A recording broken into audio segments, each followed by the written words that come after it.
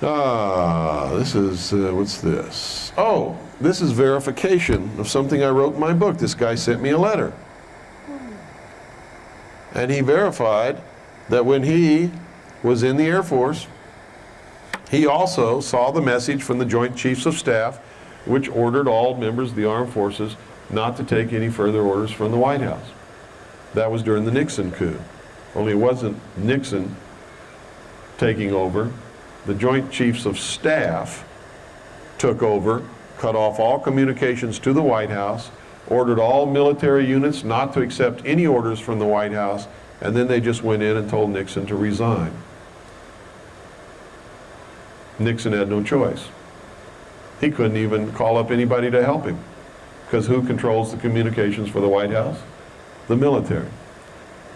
I was the first one who told the world that that had happened. There's another guy who came out and told his story. It's in my book. That was Randall Terpstra.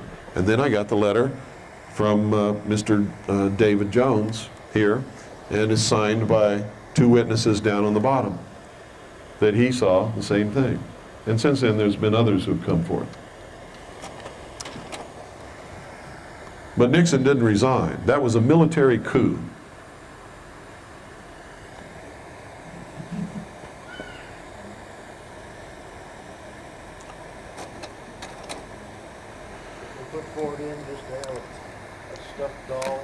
Yeah. Ford's a 33rd degree Freemason. You all know that, right? If you didn't, you do now. Not that we can't find any proof that Nixon was a Freemason. We can find proof that he was CFR and all this other stuff.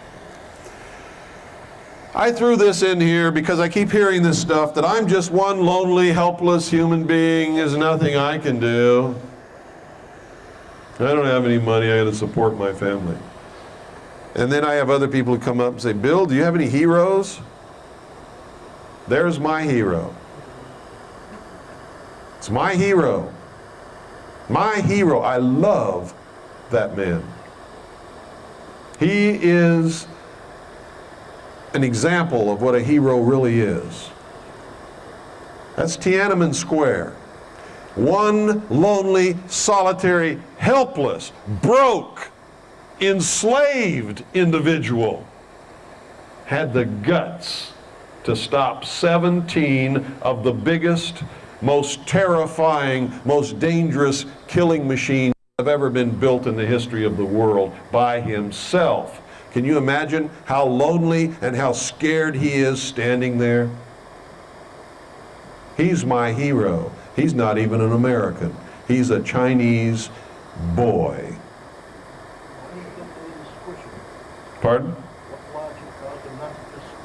Who knows? But they didn't. Maybe they were as impressed by him as I am. Of course. You think they would let him get away with that? They threw him in prison. Why did they stop and not run over him and squish him? Same plan. They were probably embarrassed and just as impressed by his bravery as I am. Warriors are impressed by bravery. I was impressed by the bravery of the Viet Cong when I fought in Vietnam. I couldn't believe that they were doing what they were doing when we had the weapons that we had. And they're running around with a little pouch of rice on their belt and sandals made out of tires with a little pith helmet on their head when they had it. And most of the times they didn't, unless they were North Vietnamese regular army, and an AK-47 and a few bullets in a pouch. They impressed the hell out of me. I was impressed. I'm still impressed by what they did. God, I had a $500,000 patrol boat under me. I had 350 caliber machine guns, a 3.5-inch rocket launcher. I had an 81 millimeter mortar. I had Honeywell grenade launchers, shotguns, M16s. We had so many guns, we never used half of them. And these guys are running on, taking us on at close range on a riverbank with no protection whatsoever. because they believed in what they were doing. That's why I know we can win the war that's coming. Because you can't beat someone who's not afraid to die and believes in what they're doing. And we're going to be facing troops that are only doing it for a paycheck and the promise of a retirement. Mercenaries. Mercenaries don't fight when they start to experience casualties, and the casualties outweigh the value of the paycheck and the promised retirement that will never come if I get lucky. And I'm a damn good shot, so I know I'm going to be lucky a lot of times before they get me. I don't have any illusions that they won't get me. But I'm going to get enough of them that they're going to wish that I was never born before they do get me. Yes? Do you think Ho Chi Minh, I've always kind of admired him, but do you think he's part of the plan too? You think he was a game player, or you think he was really someone who was squeezed out? Ho Chi Minh would have been on our side if we had not snubbed our nose at Ho Chi Minh He's our best friend. and had not done what we promised him. See, we promised Ho Chi Minh during World War II. He fought with us against the Japanese. We promised him that we would help him liberate his country and that they would be a free country and have their own elections and their own government. We double-crossed him and gave it back to the French. And he said, screw you, I'll get help from wherever I can get it, and I'll be whatever gives me that help. And Russia said, we're yours. What do you need? He didn't ask for much, did he? No, he didn't ask for much. He wanted to be free, just like me. Just like me. That's something we never understood. What the hell were we doing there? Had nothing to do with the Constitution or freedom or this country. Nothing at all. Had to do with big business and world politics between nations and deals we knew nothing about. We were just cannon fodder. That's all. Cannon fodder.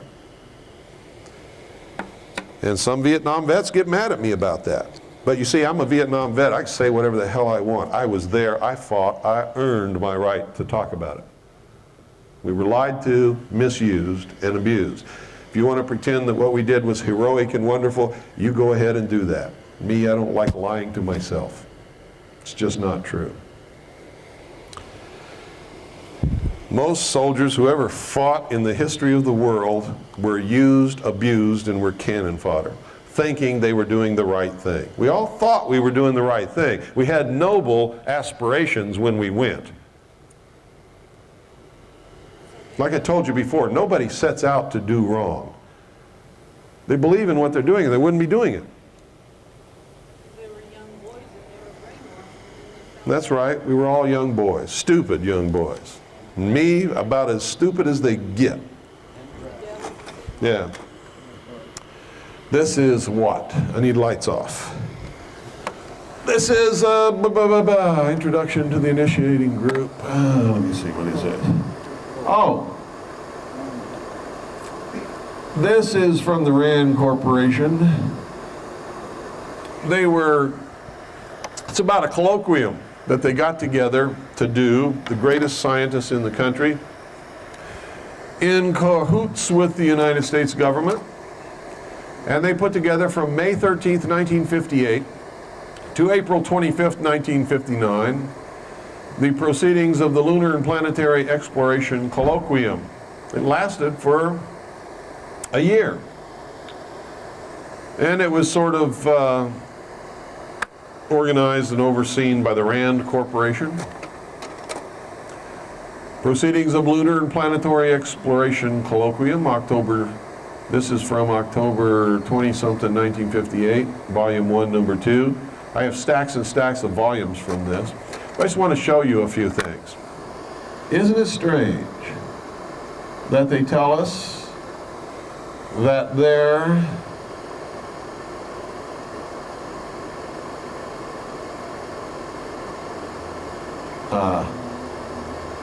it's hard to focus this. Oh, this is what I'm looking for. Says power for a lunar colony.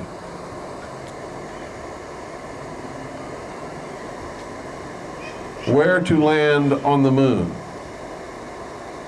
Observation on Mars and Venus. I didn't even know we had any observations up there on Mars and Venus at that time, but apparently they did. Program of lunar and planetary experiments. And for some reason, they consider the crater Linnae to be extremely important.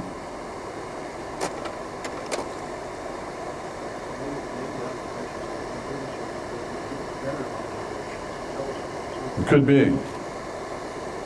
And this is just another thing from that flying saucer article. And that's it.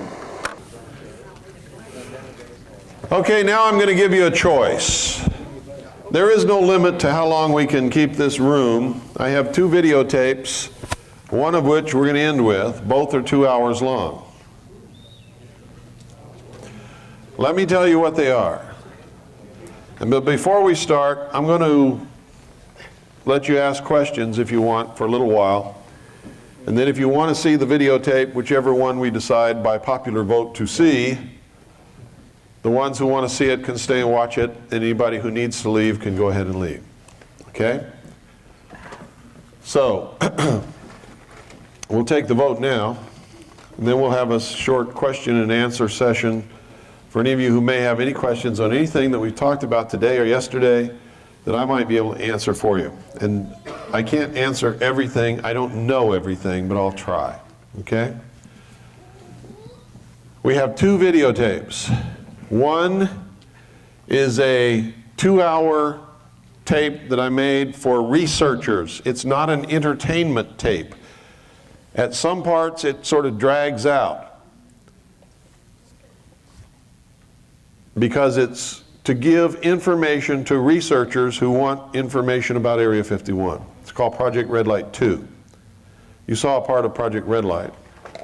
Not the whole thing, but Project Red Light 2 is the second one that I made about Groom Lake and has an awful lot of essential footage in it for people who are just interested in researching Groom Dry Lake. Has a lot of videotape of the craft in flight, both at night and at the end, one huge craft that you saw at the beginning of Project Red Light 1, hovering over the desert and actually moving off into a cloud. It's a different filming of the same craft at a different time, under different circumstances, but it's the only footage like it of its kind. And you'll see the whole area. You'll even see Groom Dry Lake. Yes, baby. You'll even see Groom Dry Lake filmed from the top of what we call Whitesides Mountain, which the Air Force has now... Yes, baby. Hi. Want to say something?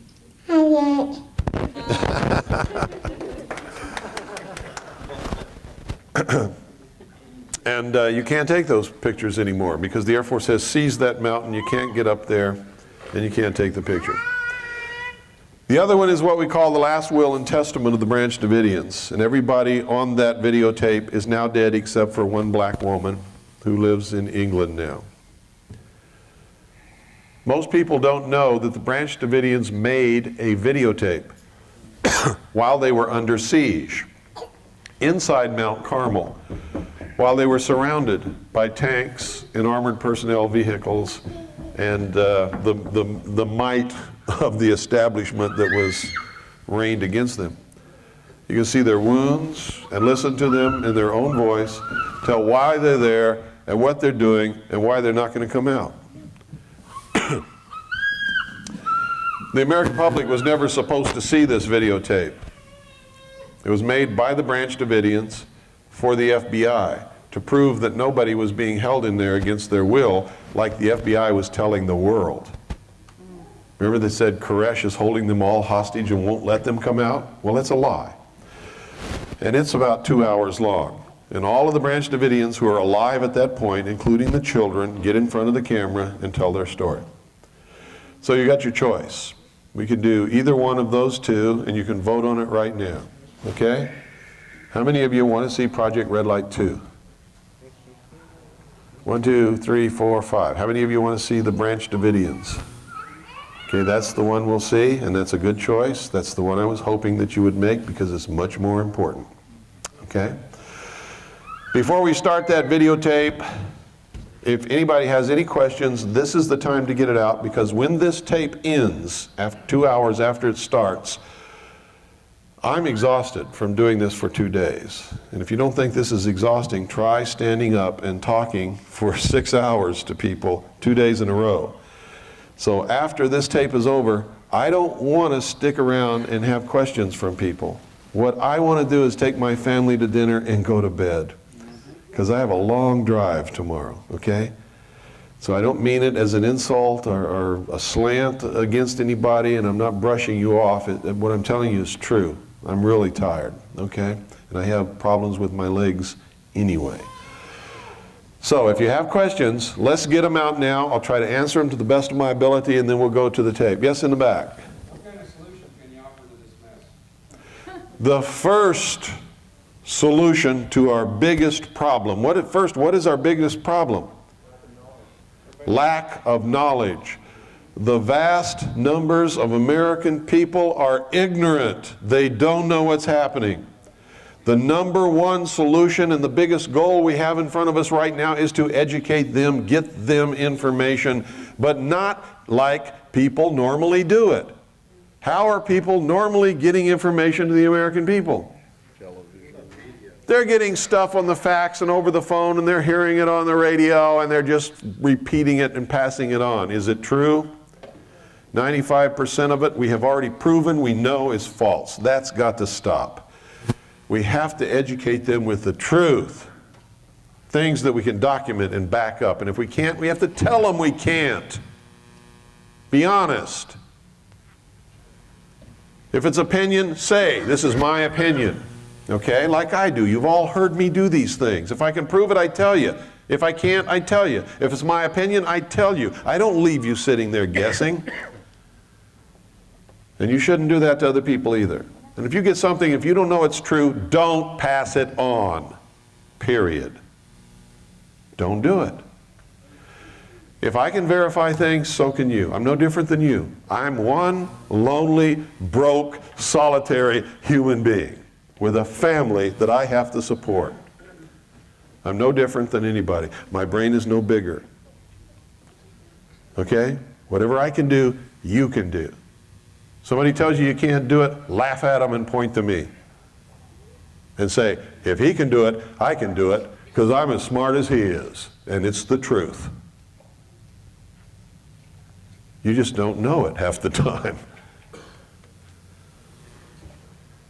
People don't tell you that in high school. They tell you, well, you got to learn your ABCs and at least learn a little bit of reading so you can get a job working for somebody else. They don't tell you, learn all this stuff so you can go out and start a corporation and be all that you can be without joining the Marine Corps or the Army or the Navy. They don't tell you that, but that's what they should be telling you if they were worth their salt as educators. Yes, ma'am. The Chinese Navy being down there in Long Beach Naval Shipyard? They're not going to be in Long Beach Naval Shipyard. No? No. The lease was torn up, withdrawn, thrown away. And is there any other areas besides that they're doing that? Yeah, both ends of the Panama Canal. They have agreements to put in a big, huge, multi-billion shopping center in Southern California and a whole lot of other things. Clinton is a communist. He's opening this country to communism because that's his job. Yes? Where did the religions concerning Isis and Osiris originate from, and what geographic region? Well, if you're talking about Osiris and Isis, that's Egyptian. But they didn't originate it. It originated somewhere else under a different name. Babylon. And what was it called there? Nimrod. And Semiramis. And who was the child? Tammuz. And it's the exact same story. Exactly the same. They have them all over the world. Same exact story. Different names. Same story. Yes, ma'am. The disappearance of that A-10 bomber? The bomber's been found and the body of the pilot has been found. They can't bring it out yet. So they say. Pardon? So they say. Unless I can prove otherwise, they've said that they found it, and I have no reason to believe otherwise. Yes. Don't you think now the Chinese, though, can take this canceled deal to the World Trade Organization? The World Trade Organization is going to say, you can't renege on a lease to get China back to foot. Well, I wish they would, because that would be proof positive that the United States is not a sovereign nation. And I've been waiting for that proof to flash in front of the American people so that they can't laugh at me when I tell them that. I think that's what they'll do. I think We're not sovereign, folks. But until they do something overtly that can be seen and understood by the American people, I can show them all the treaties and charters and documents and laws and everything else that say that we're not sovereign anymore, but they're not going to believe it until it actually happens. If we're a sovereign nation, the World Trade Organization can't tell us what to do, can they? But they can. And if you studied NAFTA and GATT, you know that they can. Yes? Are you saying that we are not a sovereign nation, or that we now, because of trade or treaty, or that, are you saying that we never were? We have not been a sovereign nation for a long, long time. We ceased being a sovereign nation when we signed the United Nations Charter, and it became the supreme law of the land. Well, we didn't ratify that till Reagan, right? Pardon? The United Nations Charter? Certainly we did. We didn't ratify that till Reagan. Yes, we did. Yes, we did. Before Reagan?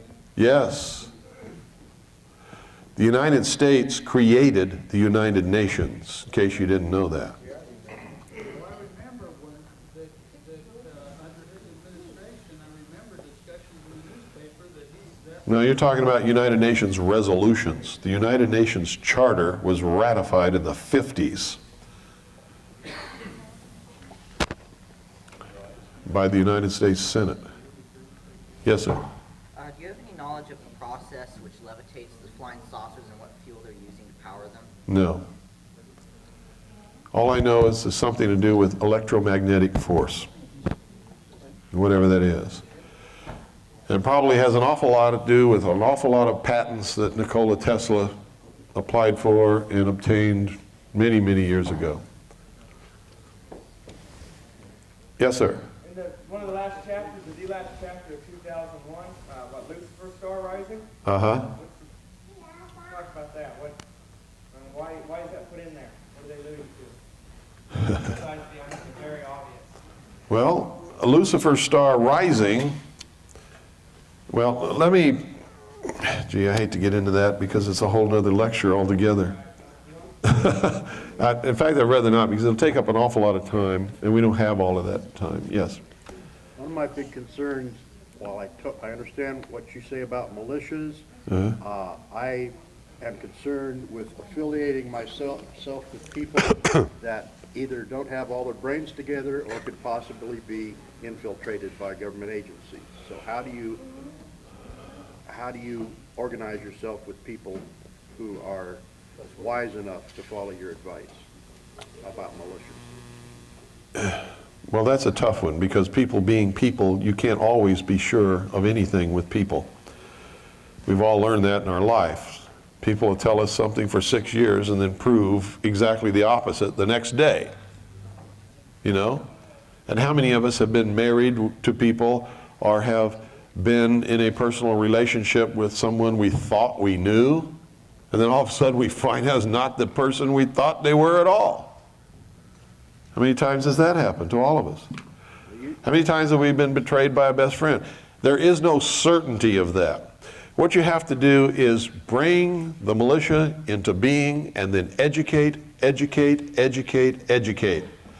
Uniform Code of Military Justice, Constitution, the laws of the state and the nation. Spell it out.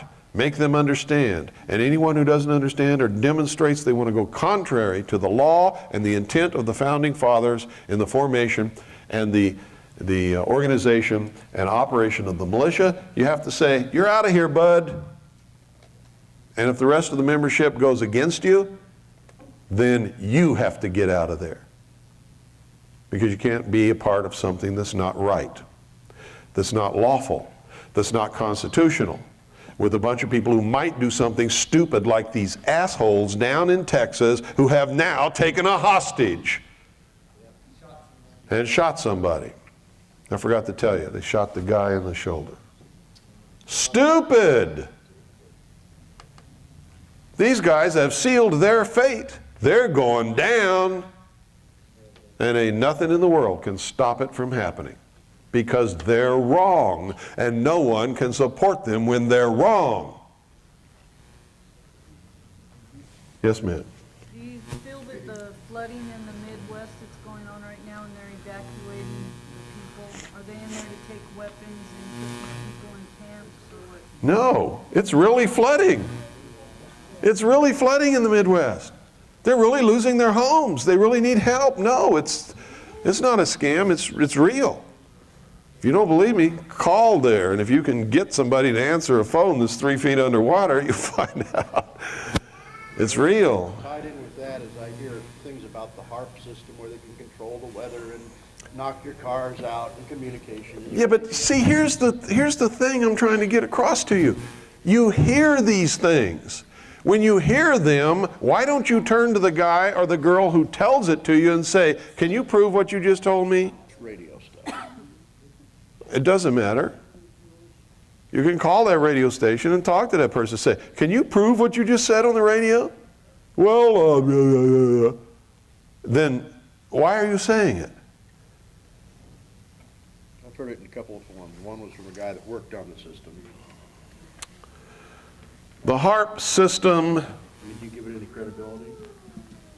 Give what credibility? The HARP experiment is there. It's an experiment. Nobody knows what it can do because it's just started. They've only turned it on twice that I know of to conduct atmospheric tests with people who have ham radios to see if they could receive the signals that they were transmitting from the Alaska HARP site. HARP is designed to heat up the ionosphere and create a lens effect. They don't even know what it will do. They have some theories. They have told us what their theories are. If they're telling us the truth, it won't do anything harmful. But they don't know what it will really do, and neither do we. We know that they're fooling around with Mother Nature, and they're changing the nature of a layer in the atmosphere by heating it up to create a lens effect whereby they can transmit radio signals and other things to places where they normally couldn't do it much easier. This is what they tell us. But if you heat up the atmosphere, what are you affecting automatically, whether you want to or not? You're affecting the weather. So we know that whether they intend to or not, whether it's their purpose or not, they're going to have an effect on the weather. That's scientific fact, and you don't have to be a genius to figure it out. If they heat up the atmosphere, it's going to change or affect the weather.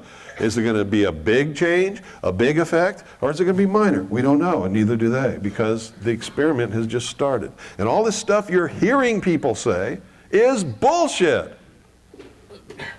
They don't know what they're talking about. They're the fear mongers. They're the people who want to sell you some book or something. It's crazy. Somebody asked me, not somebody, counting yesterday and today, about 50 people have asked me about Val Valerian. How many of you have heard of Val Valerian? How many of you have heard of the Matrix? Well, somebody is in here because somebody in here asked me about it. I got the answer I was looking for. Okay. Val Valerian, when he wrote The Matrix, was a captain in the United States Air Force Office of Special Investigation Counterintelligence Division. He's a close buddy of John Lear, who is an operative of the Central Intelligence Agency. Together, they wrote The Matrix. Now, what does that tell you? What does it tell you? Disinformation. What was the subject about? Oh, man. What a question that is. And then they wrote a whole bunch of other ones. Val Valerian was transferred from Nellis Air Force Base to Washington State, where he still publishes The Matrix 2, Matrix 3, Matrix 4, and all that kind of stuff. And it's full of crap. The rule is this. Don't hear something and go ask somebody else if it's true. You do the research and find out. And if you're too lazy to do the research, quit listening to the crap. Or else become a Looney Tunes, listen to it, believe it, and do whatever you want, but don't come to my seminars. Yes, sir. One thing, I think it was in Tex Meyers. And folks, when I say this, I don't mean anything personal. I'm not trying to hurt your feelings. I'm trying to get us into reality. That's all. Yes. And one of Tex Meyers' newsletters, I believe it was, he talked about a little look at plutonium on a satellite that's headed for Jupiter. And some scientists think that the plutonium could ignite the atmosphere and create a new sun. I said that years ago. I believe it also. Okay, you said that too. So, and that's roughly what, year 2000 when it should hit. When they talk about Lucifer's star rising, they're talking about the possible ignition of Jupiter by an experiment called Project Galileo, which is the Galileo spacecraft, which is already there. Its first mission is to photograph all the moons of Jupiter so that they'll have a record before, and then they'll be able to go back and see what happens afterward. Galileo is carrying 2 opposing banks of plutonium in the spacecraft with a hollow place in between. And it's built structurally sound so that it will not implode until it plunges deep into the atmosphere of Jupiter. When it plunges deep enough into that atmosphere, the tremendous pressures of that atmosphere will collapse that spacecraft with an implosion. The same thing that triggers the atomic bomb. Do you know how an atomic bomb is made? 2 opposing banks of plutonium with an explosive around it. Hi, baby. Ignited to implode with equal pressure from all points.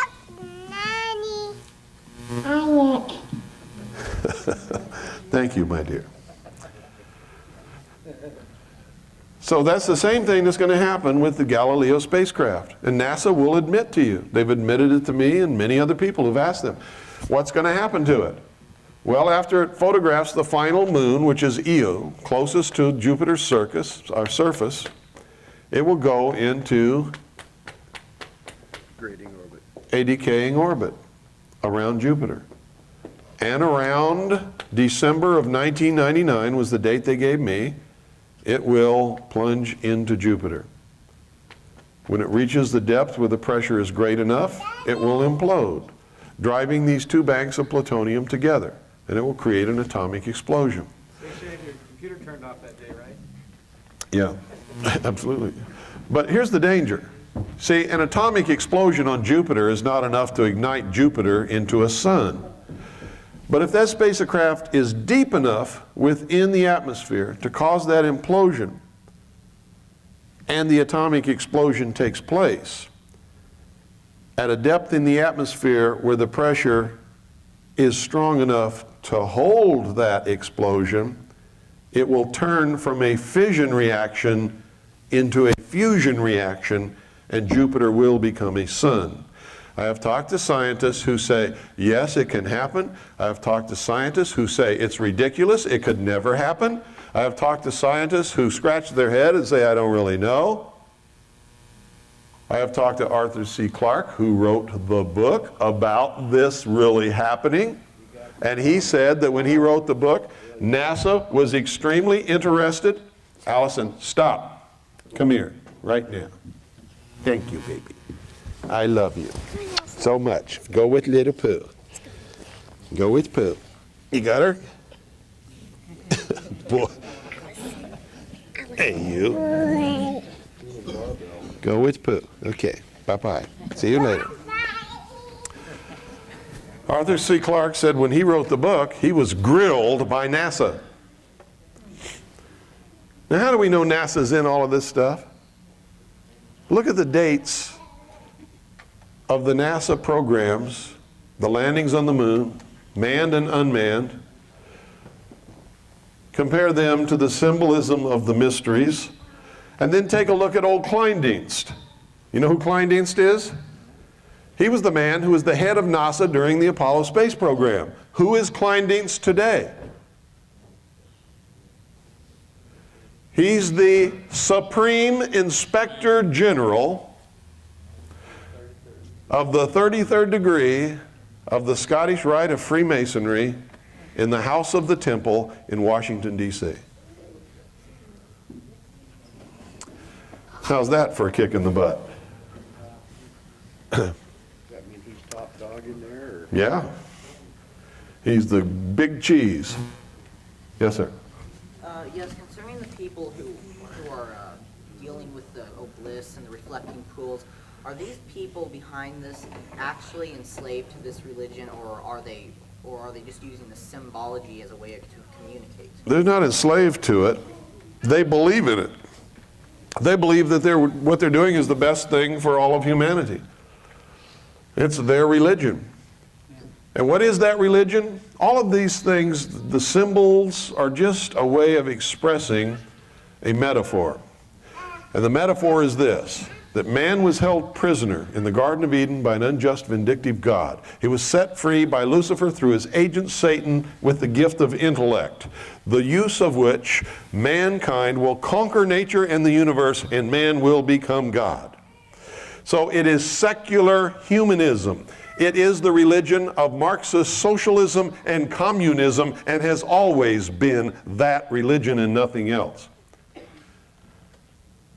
The enemies of freedom hide behind many different veils and occupations and names and organizations, but when you come right down to the very bottom of it, they are always socialist, communist, secular humanists. That is their religion. Always. The obelisk is the symbol of the generative force, the intellect, thought, desire, action. Remember what I taught you? Okay, any other questions? Yes? Okay, when we had the Apollo 13 disaster and the Challenger disaster, how widespread was the knowledge of being that something was going?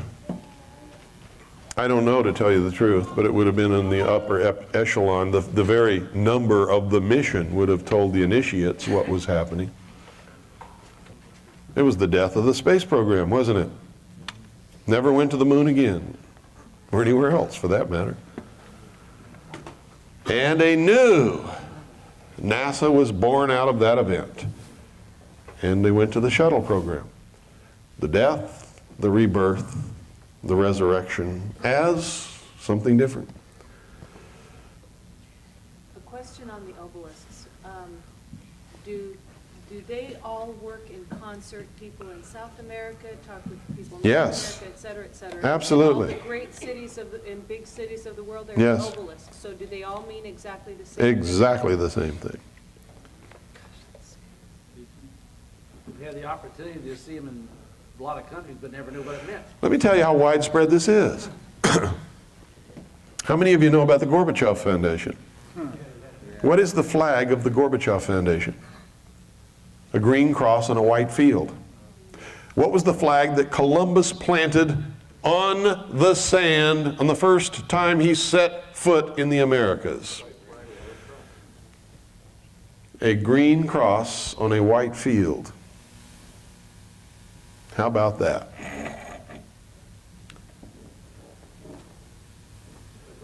Why did he do that? Wasn't he sailing in the name of the Queen of Spain? Didn't she finance his exposition?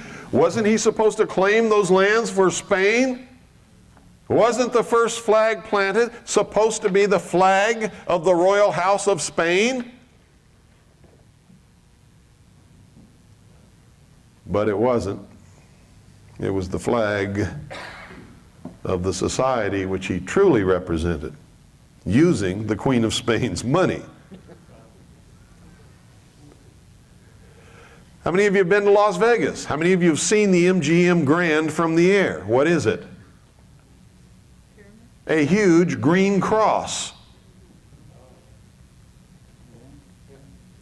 At the entrance, there is a huge lion's head. And what is the lion head staring at? The Luxor. staring directly at the Luxor Hotel. What are they building out there? I mean, what is it? It's supposed to be. What's it turn out to be? Command center?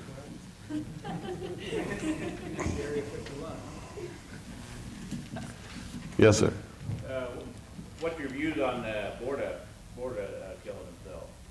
Admiral Borda was murdered. I mean, have you heard any more, do you have any more information than that? I've got lots of information. We published the whole story in our newspaper. It might be over there. He shot himself in the heart twice, that's tough anyway, isn't it? Oh, it's really tough, and a military man would never shoot himself in the chest with anything, and especially a .38. Admiral Borda, if he was going to shoot himself, would have shot himself in the head with a .45. And he wouldn't have gone out on the lawn to do it. And he left supposedly 2 letters, which they won't let us see, because they weren't signed. You'll leave a letter for your wife, or you're not going to sign it. Huh? You leave a letter for anybody. Are you not going to sign it? You're going to type it up and leave it laying around? And then go outside, shoot yourself in the chest twice with a .38 caliber pistol? A career, lifetime military man? Not on your life. Admiral Borda was murdered. I don't know why he was murdered, but he was murdered. First, he was set up to be discredited, and then he was murdered.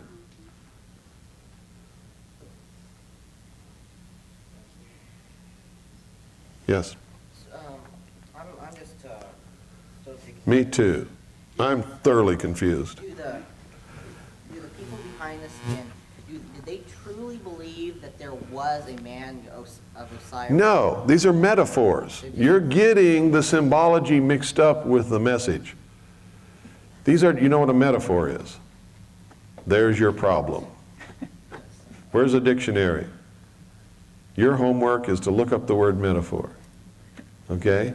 But are all these obelisks just truly only symbols of the stages of mankind, and they're not, they don't... No, the obelisk is the symbol of the generative force, the phallus. Okay? You know what a phallus is? When you go home tonight, take off your clothes, look in the mirror. We're dealing with a young man over here. I'm not making fun of you. I know you have questions. I think he's doing great. I think he's doing wonderful, and I commend him for being here because the future belongs to him. But these are some things that you're going to have to look up. Your problem is not with what you're hearing. Your problem is that you don't know the meaning of some of the words that we're talking about. If you knew the meanings of those words, you wouldn't be having a problem. But we're beyond the point where I can spend any more time on that. Otherwise, I certainly would. But if you'll write me a personal letter, I'll make sure you get enough material to keep you busy for a long time, okay? So if you'll do that, I'll take care of you. Yes, sir? Could you give us some kind of an idea of what your future is as far as the radio, satellite, or whatever's going on? Because I've listened to you. I did yesterday, spent over an hour on it. Can you give me a brief, like...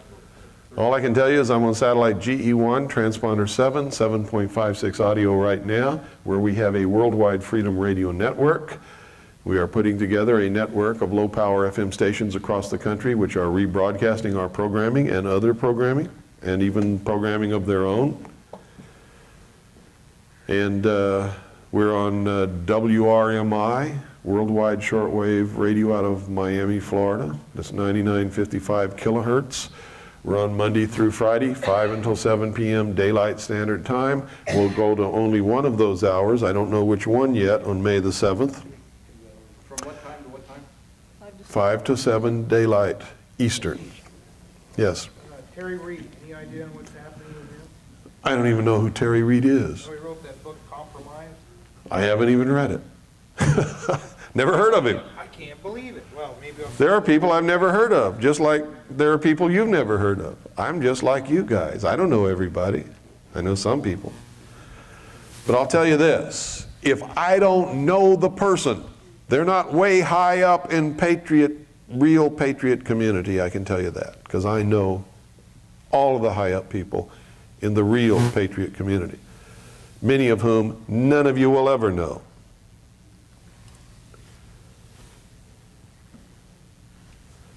Okay? But that doesn't mean he's not a good person or he shouldn't read his book. I don't know who he is, never read the book.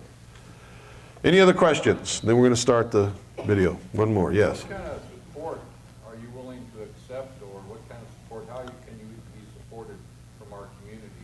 What kind of support are you talking about? Whatever it takes. I mean, it's not cheap to run a radio station. No, it's not. If anybody wants to make a donation, they can make it out to the Independence Foundation Trust, which is the only trust that we have that can accept any kind of a charitable donation. And then the purpose of the trust is to save the country. Every penny that goes into that trust goes toward doing that, educating the American people. Okay? If you want to contribute to the phone uplink fund, to the satellite uplink for the Worldwide Freedom Radio Network, you can make those donations out to Harvest Trust. Those are different kinds of donations from the listenership of the network. If you want to contribute information, just send it. Don't ever call me and ask me if I want something. The answer is always yes. And I don't even care what it is. If it's information, I want it. If it's a book, I want it. If it's a newspaper article, I want it. If it's something that came off the Patriot Facts Network, I don't ever want it. Never. Okay? Yes, sir. Is this entire program going to be on audio or video? It's on video. You can order it right back there. It's $45 a day. It's 2 tapes, 6 hours each day. And I think there's $5 postage and handling. If you want both days, it's $100, including postage and handling. I didn't set it up. I didn't do it. I'm just telling you what it is because you want it. See Doyle, he's the guy handling all that stuff. I came here by invitation.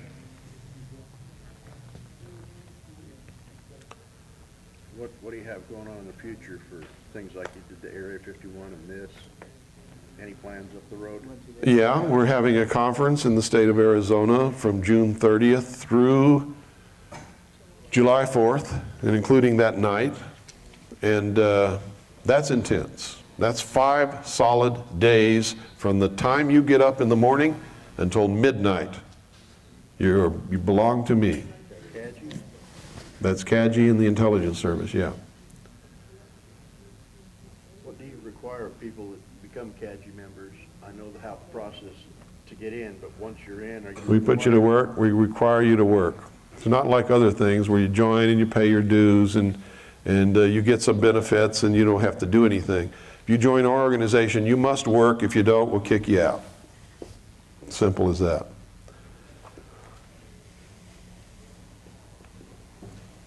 Our focus is something different. We want to save this country. We don't want to mess around.